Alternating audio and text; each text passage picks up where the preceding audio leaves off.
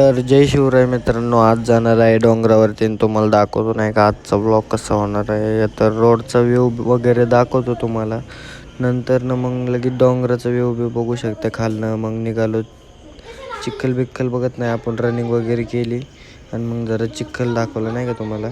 इथं कुत्रे होते, फुल घोळका होता, त्यामुळं नाही का म्हणलं परत जावं, पण नाही, आम्हाला वरती जायचंच होतं नाही का. मग आम्ही वरती दगडं वगैरे घेतली, निघालो वरती.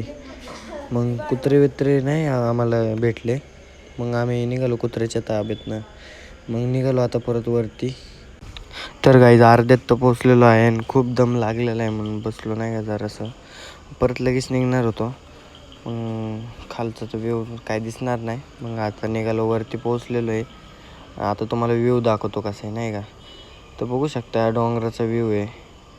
मग सगळं नाही का हे इथं पोचलेलो आहे आम्ही. आता हे भीमाच्या पायावर आलेलो होतो नाही का. तर गाईज थोडा व्यायाम वगैरे करायचा होता म्हणून सपाट्या वगैरे मारून घेतोय नाही का.